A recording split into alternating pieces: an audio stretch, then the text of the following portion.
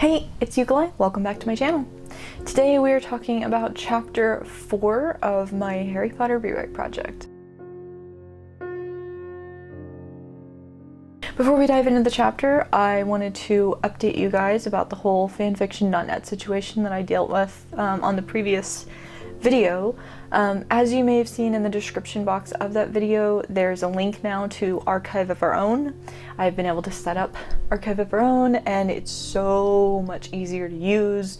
It's so much more friendly. I'm able to upload chapters really easily. It's chef's kiss. It's really nice and I'm super happy with it. So you can now check out the fiction all the way up through chapter 4 on both World Anvil and Archive of Our Own. So chapter 4 is a direct continuation of chapter 3, and so it picks up right where chapter 3 left off.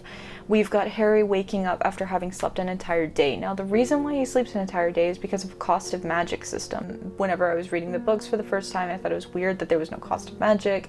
It seemed sometimes like there was a cost of magic and sometimes there wasn't. Now what I mean by cost of magic is like, if you've ever watched the show Once Upon a Time, you know that there's this idea that like magic comes with a price. There's always a consequence to using magic. In this Harry Potter world, in the original Harry Potter world, there does seem to be somewhat of a cost of magic. It's just never explained, it's never fleshed out, and it seems to be too shallow of a cost. So I've made it a little harder. There is a severe cost of magic, and using too much magic can kill you in my world that I'm building here. So Harry has been passed out for an entire day for his accidental apparition. Normally he would have slept for a lot longer after something like this, but there is a reason why he didn't, and that's going to be explained in later chapters. Harry is trying to make breakfast and cracks open eggs. This is directly pulled from the original book, but slightly changed. In the original book, it's Petunia that finds the dozen letters in the eggs. Of course, that doesn't make sense for Petunia to find them in this version, so Harry is the one who finds the letters in the eggs. Now, I do want to explain kind of the number of how many letters are arriving, because it's not random. So on August 18th is when the first letter arrives. Then after that it doubles, it goes to 2 letters, and then after that it goes to 3 letters, and then after that it goes to 5 letters, and then it goes to 13 letters. These are all prime numbers, that's why I picked them, except for 2, of course. But you have all of these prime numbers leading up to 13, and then 13 has magical properties, which is why I picked 13 instead of 12. We go up to 25, and then 50, and then 100, and then 200, and it's just going to kind of exponentially increase from there. After breakfast, the portrait arrives. Now, I mentioned this in the last chapter. It was not a throwaway thing that the family sits for a portrait. It becomes a major plot point in this chapter that the family sat for a portrait, and now the portrait has arrived, and they're like, okay, show us the portrait, Mr. Painter Person.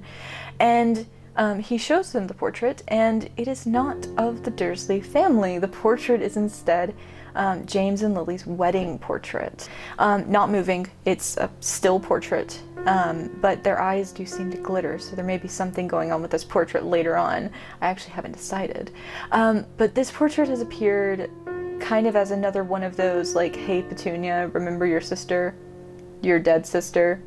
Whose kid you're raising in your house? This is another one of those situations, and the same person is responsible for sending the portrait as sent the music box. So we're getting more of these, more of these hints. These hints are to remind Petunia that she has a responsibility to take care of Harry, and she's not doing it. And they're to kind of push her towards, hey, you should be treating him really nicely, and you're kind of not. And they're all warnings, basically, that she has failed in her responsibility. But of course, Petunia doesn't see them that way. Then, of course, the disciplinarian of the Dursleys, Marge, steps in. This is the first time we see actual physical abuse, like really serious physical abuse from Marge. She grabs Harry by the hair, she drags him into this storeroom, and throws him, like literally throws him and kicks him around. So this is the first time we're seeing this kind of abuse from Marge. And it's not just the first time we're seeing it, it's the first time Harry's experiencing it. She has never hit him before. So this is an evolution of that relationship, that Marge is now crossing that line and starting to physically assault Harry. Now, Harry has been quite shy so far in the story, but he does not just back down. He doesn't just submit to her immediately. He does stand up to her, which is a sign, you know, that he's kind of coming into his own, and he's not, that something has changed. He's not just immediately submitting to the Dursleys anymore. He is standing up for himself.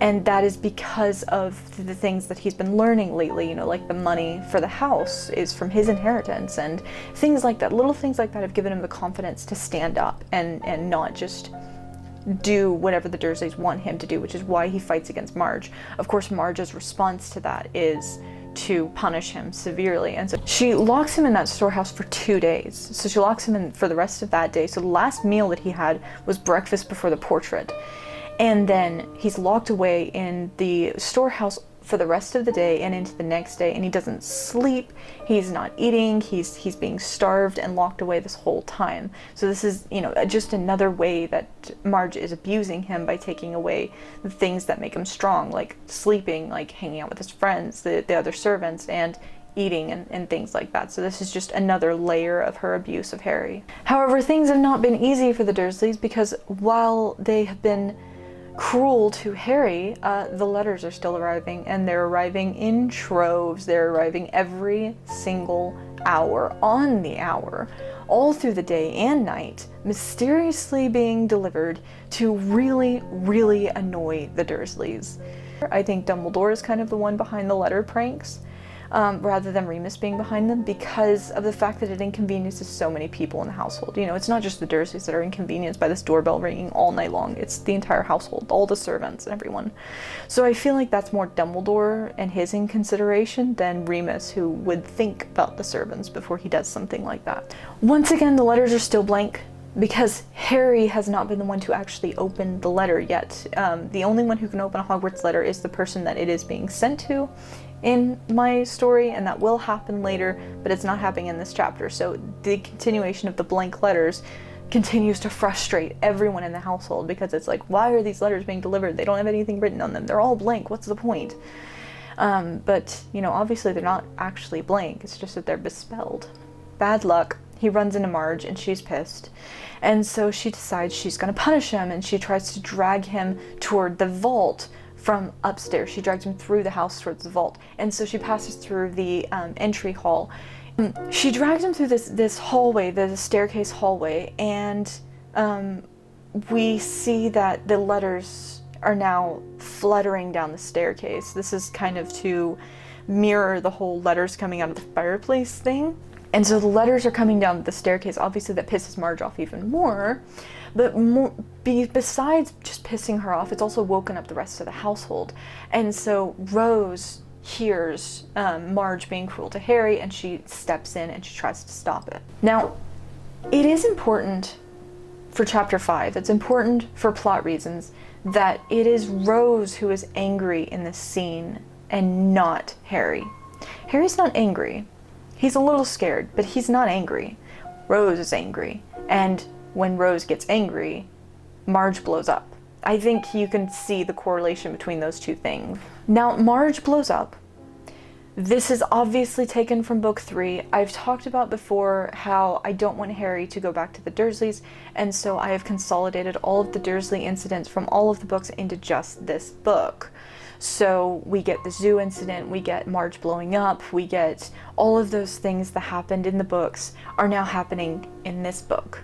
And they're all happening just one right after the other, just compacting onto each other, making this just a really crazy situation for Harry to be in. And we get the blowing up scene. Now, what's interesting is that in the original books, the repercussions of Marge blowing up is that the Ministry of Magic sends someone from the Accidental Magic Reversal Department to save Marge. That doesn't happen in this chapter. Something else happens instead. So if you think about it for a second, you'll realize there is seriously something weird going on with the Ministry and this house. The Ministry is not paying very close attention to this house for reasons that will be explained later on. So this doctor wants to examine Harry. He looks at He tells Harry to take off his clothes so he can check him for like rashes or something like that. And so Harry starts taking off his clothes, but this doctor is not patient at all. He grabs Harry, turns him around and looks at him, and he stares at Harry's chest. Now, why would a doctor, who is extremely familiar, strangely, stare at Harry's chest specifically? It's because he's looking for something. He's looking for some kind of mark on Harry's chest, and he doesn't see it, but he senses the mark on Harry's wrist. And so he fixates on it, and, you know, Harry's obviously, you know, like, what the hell is going on? And this doctor's like, that's a very unnatural looking mark on your wrist you've got there, kid. And he shoves Harry down onto the bed. Don't worry, this is not a sexual assault scene. He shoves Harry down onto the bed, and he bites this mark. Now, the reason why he's biting this mark will be talked about in later chapters, but I'll just explain here. He is dispelling a spell that is on Harry's mark, which will be explained later on in the next chapter, the chapter after that. One of the next few chapters, it'll be explained that he was dispelling a kind of guise spell that Dumbledore cast on Harry to cover up the original actual lightning bolt scar. And so he bites into that little clover scar that's actually not a clover, it's Triskelion. He bites into that, and it is revealed to be the lightning bolt scar, but Harry doesn't see that because it's covered in blood and he's in pain, and he's just like, what the hell just happened to me? This doctor doesn't just bite Harry, though. He also talks to him and he says things, and he calls him Henry Potter. In the original books, Harry's name is Harry Potter, but Harry is a common shortening of the name Henry, and according to Pottermore, Harry's great-grandfather's name was Henry Potter, and that's his namesake. Because this is set in the 19th century, it just makes sense for Harry to have kind of an old school, old world name, and so Henry made the most sense to me.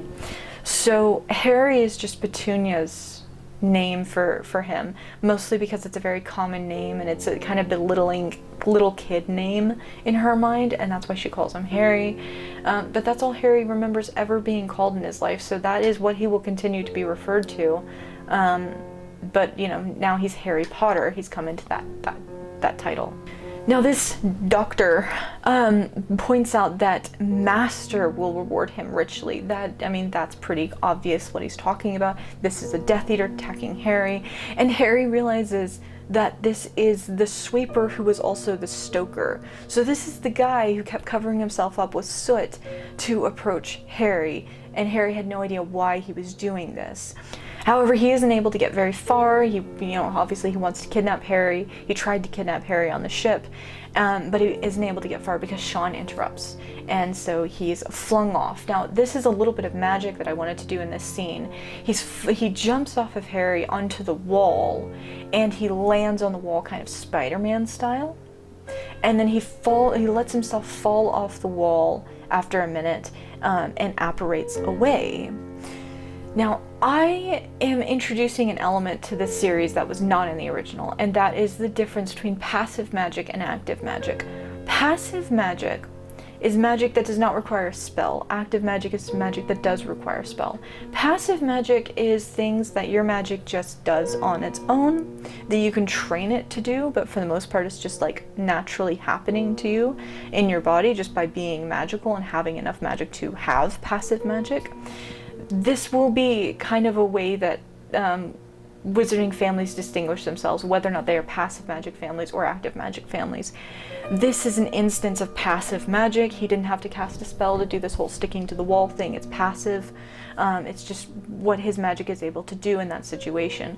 I kind of like the idea of wizards having a form of martial arts using passive magic where they can kind of fuel their magic into their bodies, allowing them to have a stronger punch and things like that. So I'm going to be diving more into that. You're going to see more of that, but this is the first instance of this passive magic happening, which we will hear a lot more about in later chapters. Harry passes out from blood loss, and we get this very interesting section. It's short, but it's these memories, almost, sort of. We don't really know. It's like this little vision that happens where Harry is seeing sort of moments of Petunia and Lily's life together.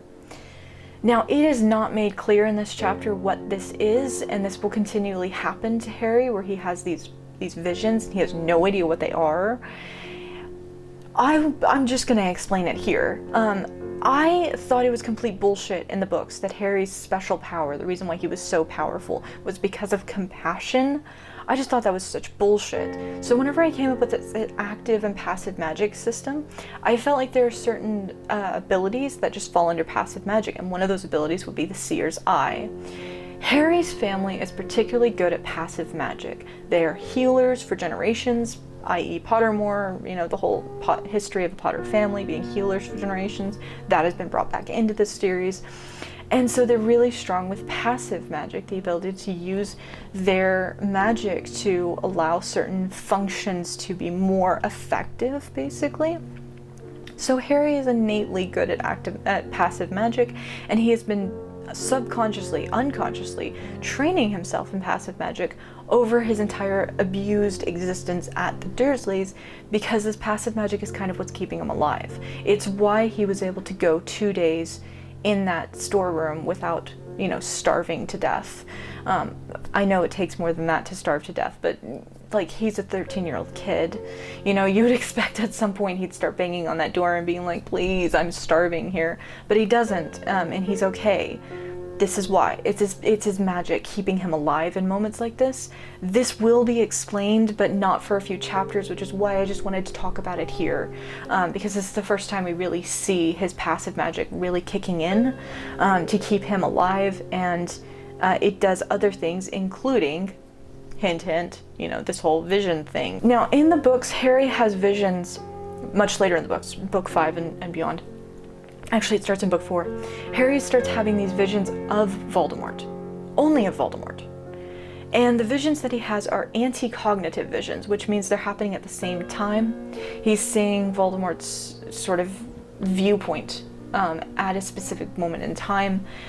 It's not that he can see the future. I think that giving a lead character the ability to see the future is dangerous in a fantasy story, because it just makes it too easy to just, you know, have these crazy plot points that are like, oh, well, we're trying to avoid this from happening, but it never happened, and it's just a vision that's something like, it's just super, super complicated. But I really liked the idea of being able to bring in kind of the story of the Marauders and story of James and story of Lily into this book series in a way that made sense. And the solution that I came up with for how to do that is for Harry to have post-cognitive visions rather than precognitive visions. So rather than him being able to see the future, i.e. precognition, or the present, i.e. anti-cognition, he can see the past. And so these visions are part of that power. He has the ability to see the past, and he specifically can see the past of people related to him right now. So he can see Lily's past, and he can see Petunia's past, and he will later have visions of James's past. Harry has this series of visions, memories of Petunia and Lily. They contradict his existing knowledge of what his parents were like, based on what the Dursleys have said to him. And so his reaction is, whenever he wakes up, he's just like, what is going on? This doctor called me Potter. I'm having visions of this stuff. Like, what is even happening to me? He's so confused. But more than just being confused, he's kind of pissed, because from what he can tell, it seems like the Dursleys have been lying to him, and he decides to find out if that is true. So he storms downstairs to confront the Dursleys with what he has learned. Now, I'm not going to blow by blow this argument that happens, but there are some important elements to it. He starts off with his father's name, because that is one thing he knows the Dursleys have never told him. He starts off with that just to see how true these visions were, and when they react in this, like, how do you even know that kind of way, he realizes the visions are real, and he uses that information against them. This is the first time that Harry stands up to the Dursleys. And he stands up to them by asking questions, because that is something they've always told him not to do. Vernon tries to shut him up. He's like, you have no right to do this, and Harry snaps. He's like, you can't tell me what I have, you know, what rights I have. You can't tell me what to do. This is my house, paid for by my money, so you sit down, shut up. Time to listen to me. And he's finally standing up to them. and, you know, positioning himself as an equal to the Dursleys for the first time. And that's notable in actually the way that I use names. Throughout this whole series so far, we've had the Dursleys introduced as aunts and uncles, and then as madams and mistresses. In this chapter, all the titles are dropped, and they're just Petunia, Marge, and Vernon. And from this point forward, that is how he sees them. He sometimes will still call them aunt and uncle to kind of clarify who he's talking about. If he's talking to someone he's not sure, like, has that correlation, or if he feels like it's a family matter, he may occasionally use titles. But for the most part, from this point forward, he just refers to them by their name because he doesn't see them as family, and because they have lost all respect and trust he may have once had for them. Fate or coincidence? The doorbell rings, and in comes this group of cops, and of course Marge is like, what the hell is this, you know? And they arrest Vernon. Now, this should be kind of a blindsided situation for you as the reader. Like, when you're reading this, you're like, what the hell? Vernon's being arrested for what? What is going on here? It will be explained very soon what happened with Vernon. But he's being arrested for larceny. He was given money by the company, White Star Line, that he works for, to do a very specific tasks, and he did not use that money for that task. And so he's basically embezzling, and that is what he's being arrested for. One of the officers present is the same officer from the ship who was present during the sea trials. And it is not a coincidence that this specific person is kind to Harry. He was kind to Harry on the ship, and now he's kind to Harry here. And he kind of is a little nurturing and sweet to Harry. Hint, hint, wink, wink of his identity. And he calls Harry by name. He says, "You'll be all right soon, Harry," which Harry is like, whoa, what the hell? I met this guy like a week ago, and he remembers my name? Like, what is going on? Who is this person? And it's another mystery. He's solved the mystery of who the Stoker-ish, you know, in a way, the Stoker / chimney sweep / doctor / you know, attacker creepy guy. That has all been kind of figured out in his head. Whoever this person is wants to hurt him, but now he's got this other mystery man in his life, whoever the hell this officer is, who's being kind to him. And on top of all of that, he still doesn't know who dropped him off at the Dursley house. So there's 3 mystery men going on in the story at this point. Harry's completely drained. He has no idea what's going on, and Marge is just trying to regain control, and so she tells him to go clean up the dishes, and so he does. And he walks past the entry hall. He walks towards the entry hall, and he sees letters. More freaking letters coming down the light well. Now, if you don't know what a light well is, it's light wells exist in older houses, especially older European houses. They are typically windowed little wells, basically, that go all the way up and down the length of the house, from the bottom floor all the way to the top, in terraced houses that are right next to each other, that share a wall. The reason why you build a light well is to give natural light into the interior rooms of the house. So you'll have a light well kind of on either side, and this will allow those rooms to have light, even though they are really far away from the 2 ends, like the front of the house and the back of the house. And that's what a light well is. So that's what's happening. The letters are coming down one of those light wells. One of these letters lands on the window, and Harry sees that the letter is labeled Harry Potter rather than Harry Evans. And for him, that's like the last straw. Like, how the hell do these letters know who he is whenever he just figured out who he is? And it's just too much for him, and he has no idea what's happening, and he's just very, very confused, and that's where the chapter ends. Now, the next chapter, chapter 5, is going to be the last chapter at the Dursleys. So we're finally leaving the Dursleys, and then chapter 6 is finally leaving Belfast. But chapter 5 is going to be, it's already up, it's already written, and it will be uploaded at the end of the week. I know you probably feel like I do about Word of Honor at this point, and you're just like, just put them all up now. I can't. The reason for it is because I am a grad student, and I have finals coming up, and it may very well be the case that I may have to go a week or 2 without writing anything, and rather than leaving you guys high and dry, I'm just going to keep up this upload schedule with these chapters that are already written, so that you can consistently every week, and you know, get these chapters and not have this weird break of like 2 weeks or something like that where you don't have a chapter. So that's why I'm not just uploading all the chapters at once. When summer comes, I am probably going to speed up the upload rate because I'll have more time to work on this fiction. But right now I am writing, I just finished chapter 7, and I'll probably end up writing chapter 8 this week, and maybe even chapter 9, because these chapters only take me about 2 days to write, which is really, really great. I'm glad that I'm able to get so far ahead, because I have made some change. I've gone back, like yesterday I made a change to chapter 5, so I'm glad that I was able to get far enough ahead to notice that that change needed to happen. So yeah, chapter 5 will be up on Saturday, just like all the others. So if you like this video, give it a like. If you like the content of this channel and this project, give it a subscribe. Please comment, and I will see you guys next time. Bye!